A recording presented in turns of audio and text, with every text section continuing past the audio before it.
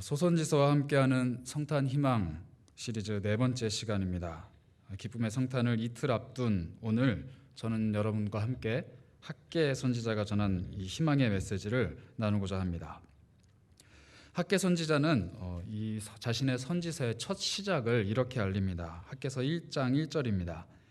다리오 왕 제2년 여섯째 달 곧 그 달 초하루에 여호와의 말씀이 선지자 학계에게 임했다.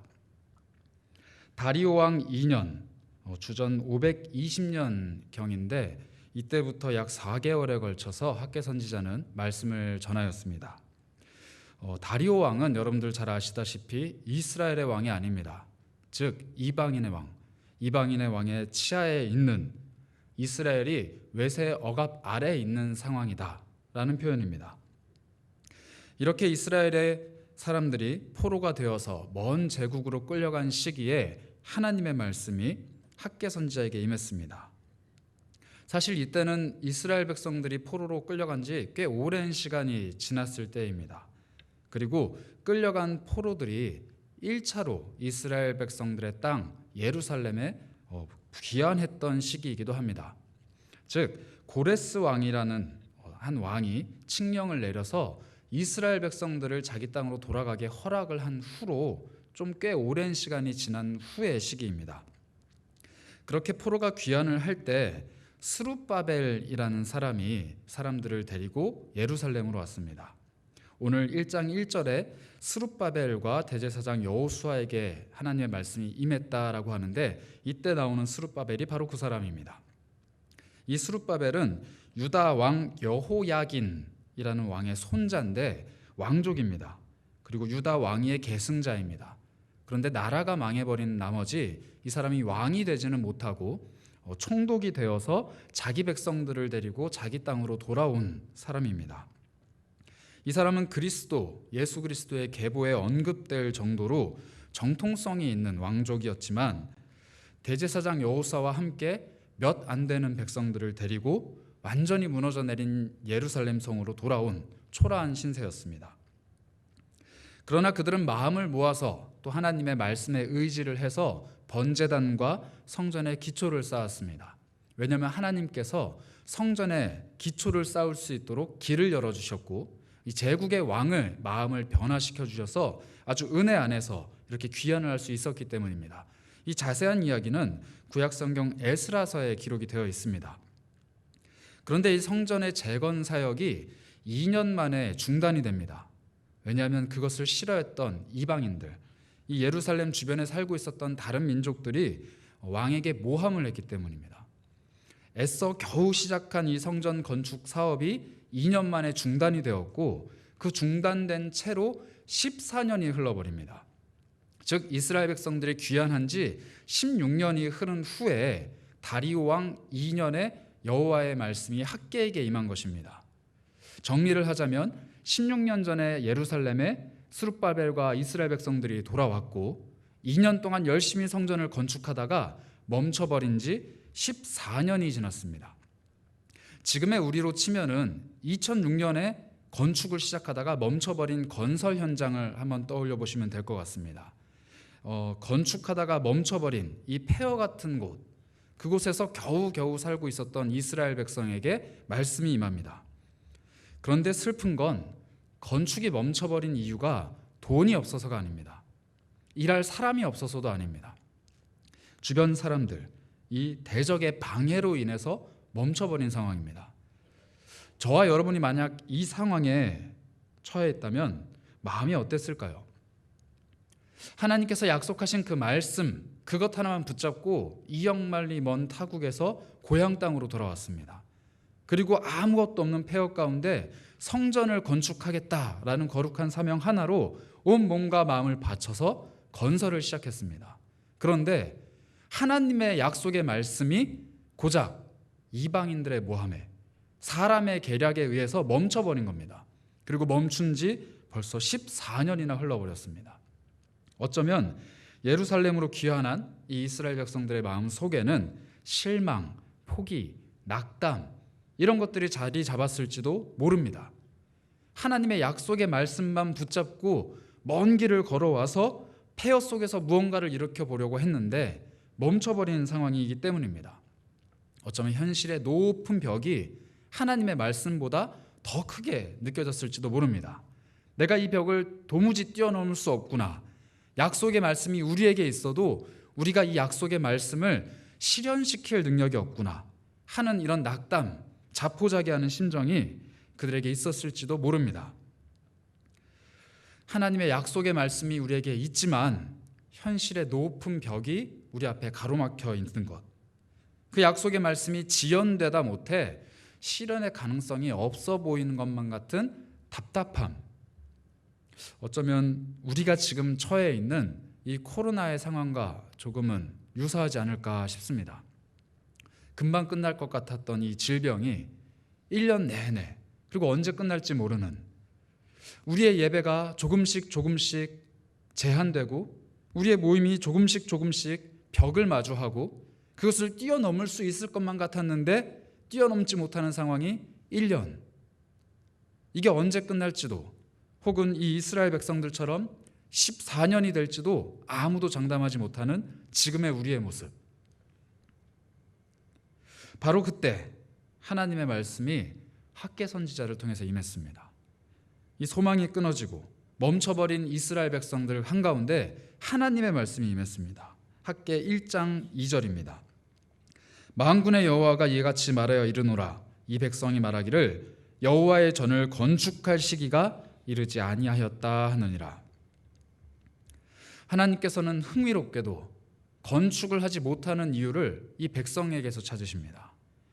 대적의 방해가 아니라 이 백성이 여호와의 전을 건축할 시기가 이르지 않았다라고 스스로 판단하고 있구나, 이렇게 말씀을 하십니다. 물론 전에 성전 건축이 멈춘 것은 대적의 방해였습니다. 그러나 대적의 방해를 이겨낼 수 있는 힘이 그들에게 있다라고 판단되어지면 그 성전을 재개해야 하는데 여전히 백성들은 우리가 그 시기를 맞이하지 못했다, 하나님의 때가 아직 이르지 않았다, 이렇게 이야기하며 주저앉아 있다라는 것입니다. 그래서 여호와 하나님은 4절에 이렇게 말씀하십니다. 이 성전이 황폐하였거늘 너희가 이때 판벽한 집에 거주하는 것이 옳으냐? 하나님의 질책이 이스라엘 백성들에게 임합니다. 하나님의 이의제기입니다. 너희가 계속 때가 이르지 않았다, 시기가 이르지 않았다라고 이야기하지만 여호와의 전이 이렇게 황폐해졌는데 너희가 여전히 좋은 집에 거하는 것, 완벽한, 이렇게 판벽한 집에 거하는 것이 과연 옳으냐라고 하나님이 질문을 하십니다. 그리고 9절에 하나님께서는 이렇게 말씀을 하십니다. 이것이 무슨 까닭이냐? 내 집은 황폐하였으되 너희는 각각 자기 집을 짓기 위해서 빨랐다. 내 집을 짓는 것은 너무 쉽게 포기해버린 너희가 너희 집을 짓는 것은 너무나도 빨리 움직였다. 내 집에 황폐해진 것은 관심 없는 너희가 너희 집이 조금이라도 무너지기 시작하면 보수하기에 바빴고, 너희 집이 조금이라도 더 커지기에 바빴고, 너희 집을 지어서 올리는 것에 너무나도 빨랐다. 과연 이것이 옳으냐? 하나님께서는 이스라엘 백성들에게 반복해서 이렇게 질문을 하십니다. 만군의 여호와가 이같이 말하노니 너희는 너희 행위를 살필지니라. 5절의 말씀이죠. 그리고 7절에 다시 한번 이렇게 말씀하십니다. 너희는 너희 자신의 행위를 살필지니라. 너희가 정말 옳으냐? 너희 행위가 옳으냐? 너희 스스로를 한번 살펴봐라. 하나님을 위한 일이 우리 앞에 놓여 있습니다. 우리 자신을 위한 일이 또 우리 앞에 놓여 있습니다. 이 둘 사이에서 너희가 과연 어느 것을 택하고 어느 것을 버리고 있느냐? 너희 자신의 행위를 한번 살펴보라. 그리고 그 행위가 옳은지 한번 생각해보라. 이 엄중한 경고의 메시지가 바로 학개 선지자를 통해서 임한 것입니다. 코로나를 비롯한 인생의 위기가 종종 다가올 때 우리는 삶의 많은 부분을 긴축시킵니다. 재정을 긴축시키고 우리 삶의 여러 가지 씀씀이들을 긴축시키고 때로는 우리의 행위와 우리가 만나는 사람들과 우리 가정이 하는 많은 일들을 긴축시킴을 통해서 이 위기를 이겨나갈 대응, 그리고 위기를 극복할 준비를 합니다. 그런데 우리를 한번 돌아봤으면 합니다. 신앙마저 긴축시키고 있는 것은 아닐까요? 물론 예배의 많은 부분이 제한받기 때문에 우리 신앙생활의 여러 가지 부분들이 긴축되고 있는 것 맞습니다. 그러나 이런 공적인 예배가 제한받는다고 해서 우리가 우리 삶의 경건을 긴축시키고 있는지는 아는지요? 함께 모이는 예배가 제한받는다고 해서 우리가 예배하는 일을 소홀히 하고 우리 삶의 예배마저도 긴축시키고 말씀을 가까이 하고 하나님께 기도하고 우리 삶에서 만나는 사람들에게 가까이 할 수는 없지만 복음을 전하고 그리스도의 말씀을 실천하는 우리의 예배자로서의 삶마저도 긴축되고 있는 것은 아닌지 돌아보아야 합니다. 이스라엘 백성들은 삶의 위기가 다가오자 하나님을 위한 일을 긴축시켰습니다. 그러나 자기 자신을 위한 일은 전혀 긴축시키지 않았던 것이죠. 그러다 보니 멈춤의 시간이 지나가고 다시 한번 하나님의 일을 할 때가 이미 지나갔음에도 불구하고 여전히 하나님의 일을 내팽개치고 내 것이 아니라고 생각하고 있는 그런 상황이었습니다. 어쩌면 코로나19가 회복되어서 우리의 예배가 회복되고 우리 신앙이 회복되었을 때 이렇게 이스라엘 백성들처럼 여전히 무력하게, 여전히 아무것도 하지 못하게, 여전히 하나님의 때가 아니라고 긴축되어 있는 마음으로 무너져 내려 있진 않을까 염려됩니다. 상황이 언젠가는 분명 나아질 겁니다. 그때 두 부류의 성도 그리고 두 부류의 교회가 밝히 드러날 것입니다. 이 신앙의 무력감에 벗어나지 못해서 여전히 머물러 있는 성도 그리고 여전히 멈춰 있고 주저앉아 있는 교회가 있을 것입니다. 그러나 이 코로나가 회복되는 것을 하나님의 때, 하나님의 출발시로로 삼고 응축되어 있던 이 신앙의 능력을 발산하며 도약하는 성도 그리고 교회가 있을 것입니다. 달려나갈 준비가 되어 있는 교회가 있다는 것이죠. 우리 세계력교회는 과연 어떤 교회일까요? 우리는 지금 이 멈춤의 시기에 널브러져 있는 교회일까요? 아니면 도약하기 위해서 잔뜩 몸을 웅크리고 힘을 모으고 있는 그런 교회일까요? 학개 선지자를 통해 전해진 이 엄중한 메시지 앞에서 다행히도 스룹바벨과 여호수아 그리고 예루살렘 백성들은 하나님의 말씀을 경청했습니다. 12절입니다. 스알디엘의 아들 스룹바벨과 여호사닥의 아들 대제사장 여호수아와 남은 모든 백성이 그들의 하나님 여호와의 목소리와 선지자 학개의 말을 들었으니 이는 그들의 하나님 여호와께서 그를 보내셨음이라. 백성이 다 여호와를 경외하매. 하나님의 말씀을 들은 이스라엘 백성들의 마음속에는 여호와 하나님을 경외하는 마음이 생겼습니다. 두려워하고 그를 향해 내 마음의 모든 것에 초점을 집중하는 경외하는 마음이 생긴 것이죠. 움츠러 있던 영혼을 일깨우는 것은 하나님의 말씀입니다. 스룹바벨을 그리고 여호수아 그리고 이스라엘 백성들을 일깨우는 계기는 학개 선지자를 통해 임했던 말씀입니다. 그러므로 우리는 하나님의 말씀 앞에 다시 한번 고개를 숙이고 하나님을 경외해야 합니다. 하나님의 음성을 듣고 하나님을 경외할 때 하나님께서 주시는 새로운 영혼, 새로운 마음이 물밀듯이 밀려들어오는 것입니다. 이때 이스라엘 백성들 안에 새로운 역동하는 에너지가 폭발을 합니다. 13절입니다. 그때 여호와의 사자 학개가 여호와의 위임을 받아 백성에게 말하여 이르되 여호와가 말하노니 내가 너희와 함께하노라 하니라. 여호와 하나님께서는 예전부터 이스라엘 백성들과 늘 줄곧 함께 하셨습니다. 그러나 이스라엘 백성들은 움츠려 있고 무너져 버린 그 마음 때문에 하나님의 임재를 전혀 느끼지 못한 상태가 되었던 것이죠. 그러나 이제 말씀 앞에 귀를 기울이고 있는 하나님을 경외하고 있는 이 이스라엘 백성들 앞에 하나님께서 다시 한번 약속의 말씀을 주십니다. 내가 너희와 함께한다. 이 성전은 지금 폐허이지만 이 예루살렘은 지금 아무것도 없지만 너희가 어제까지만 해도 하나님의 때가 이르지 않았다라고 이야기했지만 나는 여전히 너희와 함께하고 있다. 그것을 너희가 믿느냐? 우리는 진지하게 스스로를 또 겸허하게 돌아볼 필요가 있습니다. 하나님께서 내 곁에 계신다라는 사실은 만고불변의 진리입니다. 그러나 과연 내가 지금 하나님 곁에 있는지, 내가 그 하나님의 임재를 느끼고 있는지, 내가 하나님의 때를 간절히 구하고 있는지, 아니면 현실이라는 그 담벼락이 나와 하나님 사이를 가로막고 있는지 돌아볼 필요가 있습니다.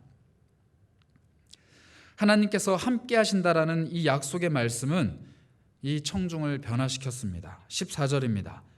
여호와께서 스알디엘의 아들 유다 총독 스룹바벨의 마음과 여호사닥의 아들 대제사장 여호수아의 마음과 남은 모든 백성의 마음을 감동시킴에 그들이 와서 만군의 여호와 그들의 하나님의 전 공사를 하였으니. 하나님께서 변화시키신 것은 아무것도 없습니다. 그들의 대적이 사라진 것도 아니고, 그들에게 공사 자금이 생긴 것도 아니고, 그들에게 일꾼이 생긴 것도 아닙니다. 하나님께서 변화시키신 것은 마음 하나뿐입니다. 그 감동된 마음, 하나님께서 만지신 그 마음이 14년을 멈춰있던 공사를 재개시키셨습니다. 아니 140년, 1400년을 멈춰 있더라도 하나님께서 마음을 감동시키시고 하나님의 때를 시작하신다면 변화는 일어나는 것입니다. 아무리 높은 벽이 우리 앞에 놓여 있을지라도, 아무리 현실의 장벽이 하나님과 나의 자리를 막고 있다라고 우리가 느끼고 있을지라도 하나님께서 함께 하시고 그 마음을 감동시키신다면 우리에게는 움직일 힘이 생기는 것입니다. 오랜 시간 무력하게 현실에 순응하고 계시다면 우리에게 필요한 것은 하나님께 감동된 마음입니다. 그리고 그 감동은 하나님의 음성, 하나님의 말씀으로부터 시작됩니다. 아무리 어렵고 괴로운 시기가 우리에게 끝없이 지속된다 하더라도 피할 바위, 피할 길을 내주시는 하나님의 말씀이 우리에게 임한다면 우리는 능히 이겨낼 수 있습니다. 학개는 이 2장뿐인 짧은 선지서 하나를 남기고 역사 속에서 호련히 사라집니다. 그러나 이 선지자가 남긴 메시지는 오늘날 수천 년이 지난 오늘을 살아가는 우리, 이 코로나라는 긴 터널을 지나가고 있는 우리에게 큰 소망과 희망을 베풀어 줍니다. 우리 자신을 돌아보았으면 합니다. 나는 지금 과연 하나님 앞에서 옳은가? 나는 내 삶을 코로나로부터 지키기 위해서 편벽한 집을 쌓아 올리고 있지만 하나님의 전이 황폐해지고 하나님을 향한 예배의 자리가 무너지고 내 삶에서 하나님을 찾는 이 거룩과 경건이 무너져 내리는 것을 외면하고 있지는 않은가? 이 제한된 상황 속에서 내가 도전하고 애쓰고 붙잡을 수 있는 것들을 애써 외면하고 있지는 않은가? 우리 자신을 돌아보아야겠습니다. 그리고 간구해야겠습니다. 하나님의 감동, 하나님께서 어루만지시는 그 마음이 내 안에 있어야 합니다. 하나님께서 내 마음을 감동시키시고 내 마음을 변화시키신다면 낙심하고 포기한 그 순간에도 나는 일어날 힘이 있고 움직일 힘이 있고 달려갈 준비가 되는 것입니다. 하나님께서 선포하신 말씀을 듣고 그 말씀이 내 마음속에 살아 움직일 때 현실이 전혀 변하지 않더라도 내가 변화됩니다. 현실은 전혀 뒤바뀌는 것이 없더라도 하나님 곁에 있는 내가 바뀌는 것입니다. 그리고 하나님과 함께 걸어갈 수 있게 되는 것이죠. 하나님께서 함께 하신다라는 약속, 누구나에게 주어지는 하찮은 약속이 아닙니다.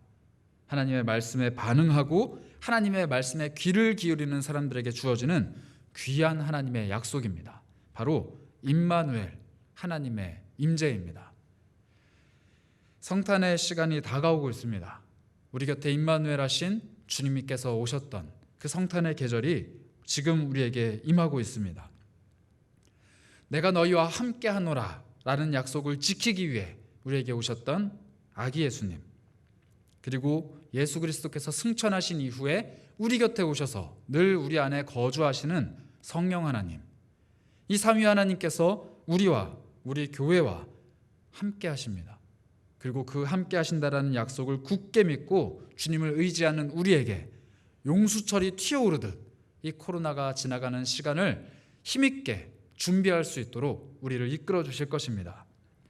하나님 앞에서 나 자신을 겸손히 돌아보고 또 하나님의 감동을 구하는 저와 여러분이 되기를 우리 주님의 이름으로 간절히 축원합니다.